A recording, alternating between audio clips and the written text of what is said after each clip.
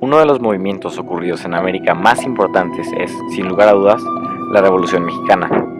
El ideal para los muchos era desplazar la dictadura porfiriana de 30 años, mientras para los conservadores era disfrutar de los beneficios de la alianza con este general y tener los mayores privilegios. Los obreros soñaban con una legislación que les ofreciera un mínimo de protección contra el abuso de los poderosos.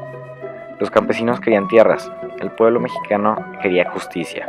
Este momento que entendemos como Revolución Mexicana desencadenaría una serie de acontecimientos a futuro.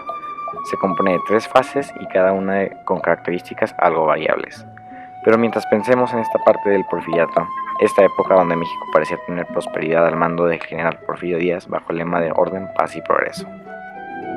En una perspectiva conservadora, de Italia hacia México, ahí se encontraba Esteban Maqueo Castellanos, hijo de Roberto Maqueo y Matilde Castellanos, propietarios de la hacienda La Venta, en el istmo de Tehuantepec, propiedad que el abuelo Esteban Maqueo adquirió al duque de Monteleón y Terranova, José de Aragón Pigantelli y Cortés, heredero de Hernán Cortés.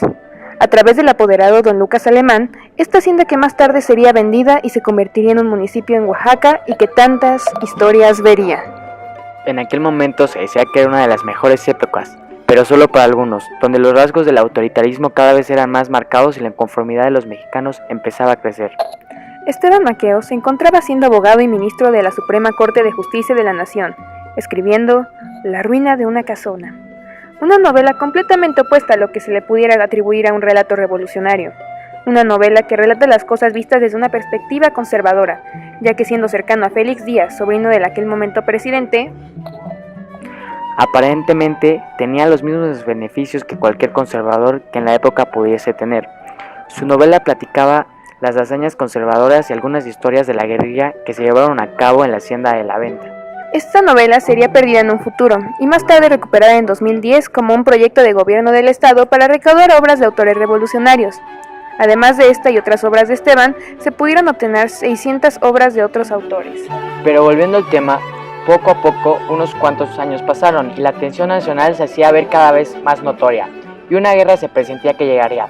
Al sentir la amenaza de las tropas del sur y del norte, Esteban salió de Oaxaca por un corto tiempo, ya que no creía que algo malo pudiese pasar.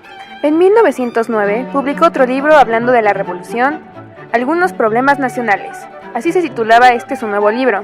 Aunque al principio recalcaba que este libro contenía nada más ni nada menos que los hechos, noticias y cosas que eran lo suficientemente objetivas, es notorio que como cualquier otro libro, se llegan a incluir opiniones del autor y más en un tema donde será bastante común llegar a extremos en posturas y más en alguien como Esteban, que nunca se llegó a poner al régimen porfirista, lo que para muchos era ese problema nacional más grande.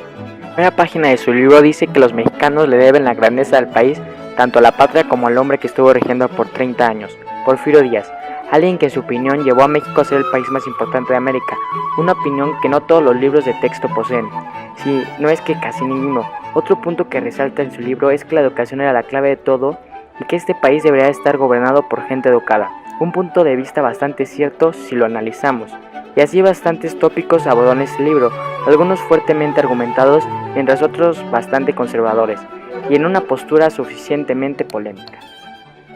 Esteban fue un antimaderista radical y huertista famoso. Participó en el asesinato de Jesús Carranza, después amenazado, terminó yéndose exiliado a Cuba y más tarde regresaría a México, siendo perdonado por Álvaro Obregón, ocupando un cargo en el Poder Judicial para posteriormente morir en 1928 en la Ciudad de México.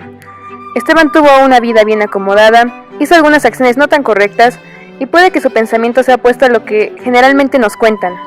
Tal vez no recibió el karma de las malas acciones que pudo llegar a hacer, pero sin duda su participación tuvo cierto impacto en la historia del país y sus propiedades aún siguen vigentes, pero la percepción de las cosas casi siempre están en los ojos de quienes la cuentan.